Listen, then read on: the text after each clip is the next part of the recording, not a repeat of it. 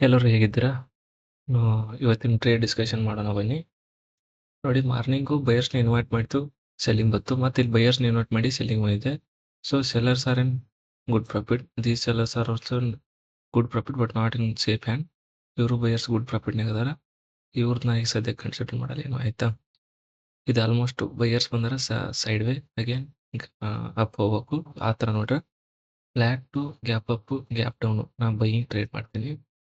ಸ್ವಲ್ಪ ಇದ್ರ ತಳಗ್ ಬಂದ್ಮೇಲೆ ಸ್ವಲ್ಪ ಕಂಡೀಷನ್ ವೇರಿ ಆಗುತ್ತೆ. ಅದು depending upon candles and pattern.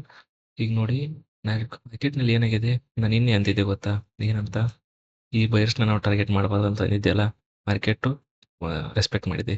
ಈಗ ಇವರು ಗುಡ್ ಪ್ರಾಫಿಟ್ನಾಗ ಬಂದರು. ಸೊ ಇವ್ರನ್ನ ನಾವು ಟಾರ್ಗೆಟ್ ಮಾಡಬಾರ್ದು. ಯಾಕೆ ಹೇಳಿ? They are in good profit. ಅಂದರೆ ಅವ್ರು ಆಪ್ರೇಟ್ಸ್ ಥರ, ಆಪ್ರೇಟರ್ಸ್. ಓಕೆ, ಆಪ್ರೇಟರ್ಸ್ ಏನು ಮಾಡ್ತಾರೆ? ಬೈಯಿಂಗ್ ಕೊಡ್ತಾರೆ, ಸೆಲ್ಲಿಂಗ್, ಮತ್ತು ಪ್ರಾಫಿಟ್ ಬುಕ್ ಮಾಡ್ತಾರೆ, ಬೈಯಿಂಗ್, ಪ್ರಾಫಿಟ್ ಬುಕ್ ಮತ್ತು ಬೈಯಿಂಗ್, ಪ್ರಾಫಿಟ್ ಬುಕ್ ಬೈಯಿಂಗ್. ಇಲ್ಲಿ ಏನಾಗಿದೆ? ಮತ್ತು ಪ್ರಾಫಿಟ್ ಬುಕ್ ಬೈಯಿಂಗ್ ಬಂದಿತ್ತು, ಬಟ್ ಮಾರ್ಕೆಟ್ ಕ್ಲೋಸ್ ಆಗಿದೆ.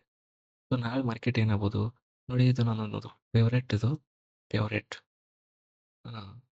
ಈಗ ಈ ಥರ ಕ್ಯಾಂಡಲ್, ಈ ಥರ ಕಂಡೀಷನ್ ಆದಾಗ, ಇಲ್ಲಿ ಅಪ್ ಇದ್ದಾಗ ಮಾರ್ಕೆಟ್ ಅಪ್ ಓಪನ್ ಆಗಿ ಈ ಥರ ಗ್ಯಾಪ್ ಗ್ಯಾಪ್ ಗ್ಯಾಪ್ ಕ್ರಿಯೇಟ್ ಮಾಡಿ ಈ ಥರ ಕಂಡೀಷನ್ ಆದಾಗ, ಆ್ಯಕ್ಚುಲಿ ಇದು ತಳಬರಲ್ಲಿ ಇಲ್ಲೇ ಕ್ಲೋಸ್ ಆಗಿತ್ತು ಅಂದ್ಕೊಳ್ಳಿ, ಅವತ್ತು ಪಿ ಇ ಮಾಡ್ತಿದ್ದೆ ನಾನು. ಬಟ್ ಇದು ಪಿ ಇ ಬಂದು ಅಪ್ ಹೋಗಿದೆಯಲ್ಲ. ಸೊ ನೆಕ್ಸ್ಟು ಏನಾಗುತ್ತೆ? ಮಾರ್ಕೆಟು ಈ ಟ್ರೆಂಡ್ನ ಫಾಲೋ ಮಾಡುತ್ತೆ, ಬೈಯಿಂಗು. ಸೊ ನಾಳೆ ಬೈ ಚಾನ್ಸ್ ಇಲ್ಲಿ ಕ್ಲೋಸಿಂಗ್ ಪ್ರೈಸ್ಗೆ ಗ್ರೀನ್ ಕ್ಯಾಂಡಲ್ ಆಯಿತು ಅಂದ್ಕೊಳ್ಳಿ, ಸ್ವಲ್ಪ ವೇಟ್ ಮಾಡಿ, ಅಪ್ ಹೋಗುತ್ತೆ, ಮತ್ತೆ ತಳಗೆ ಬರುತ್ತೆ ಅಗೇನ್.